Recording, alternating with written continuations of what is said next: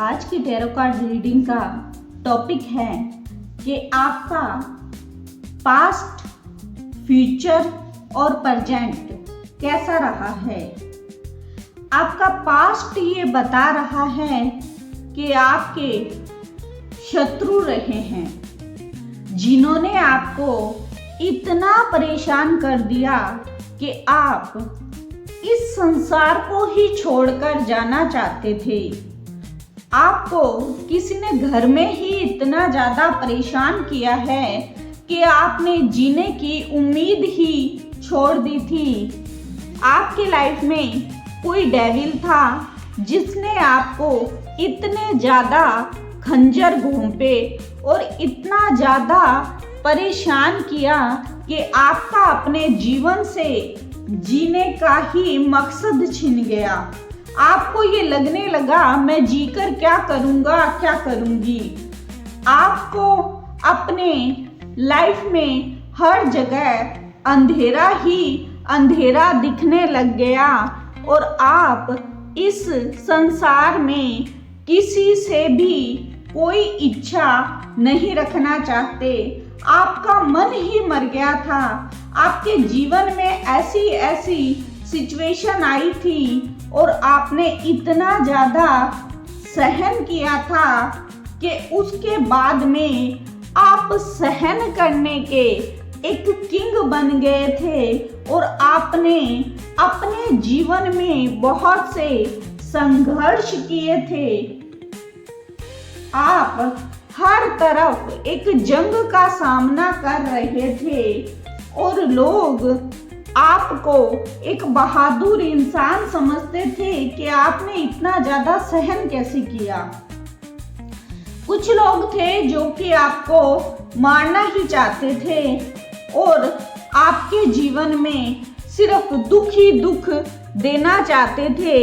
इसलिए आपने अच्छी चीज़ों की तरफ देखना ही बंद कर दिया था। ये कहा जाएगा कि आपको इतने खंजर घोंपे गए, आपके पीठ पीछे इतनी सारी षड्यंत्र हुए, इतना ज़्यादा आपको बुरा भला कहा गया कि आपने ये सोचना ही छोड़ दिया कि मेरे जीवन में कुछ भी अच्छा होगा। अगर ये आपके पास्ट से रिलेटेड कर रहा है तो ये रीडिंग आपके लिए है। और प्रेजेंट टाइम में भी ये सिचुएशन दूर नहीं हुई है। वो लोग आपको अभी भी परेशान कर रहे हैं और आप उन्हीं से लड़ रहे हैं। आप अपने आसपास कुछ भी नहीं देख रहे हैं और आप अपने आप को बहुत अकेला महसूस कर रहे हैं। आप ईश्वर की दी किसी भी चीज़ को पाना नहीं चाहते क्योंकि आपको इतने खंजर घोंप दिए गए हैं कि आपका मन ही उतर गया है इन सब चीज़ों से कि आपके साथ कुछ भी अच्छा हो सकता है। आप एक निराश और हताश जीवन जीने लग रहे हैं। लेकिन इसके साथ बात यह है प्रेजेंट टाइम में कि आपको खंजर अब वो जितने घोंपना चाहते हैं, जो कि उन लोगों ने पहले आपका ये हाल बनाया था, तो अब वो आपके कुछ भी नहीं कर पा रहे हैं। अब ईश्वरीय सत्ता आपको इन सब से बचा रही है। अब आपके कोई भी खंजर नहीं घोंप पा रहे हैं और आपको कोई भी तकलीफ नहीं दे पा रहे हैं। अब आप एक सन की तरह निखर गए हैं। अब ईश्वर का प्रोटेक्शन आपके साथ है और आप अपने जीवन के एक स्टार बन गए हैं। अब आपको कोई भी दुख हरा नहीं सकता है और कोई भी परेशानी आपको दुख तकलीफ अब नहीं दे सकती है क्योंकि ईश्वर का प्रोटेक्शन पूरी तरीके से आपके साथ है। आप एक प्रकार की क्वीन बन चुके हैं, यानी चाहे क्वीन हो चाहे किंग हो, लेकिन आप अपने क्षेत्र के राजा बन चुके हैं। आप थक चुके थे इन सब से, इसलिए आप अब अपना जीवन अपने तरीके से जीना चाहते हैं। वर्तमान सिचुएशन ये है कि आपने किसी से भी उम्मीद रखनी बंद कर दी है।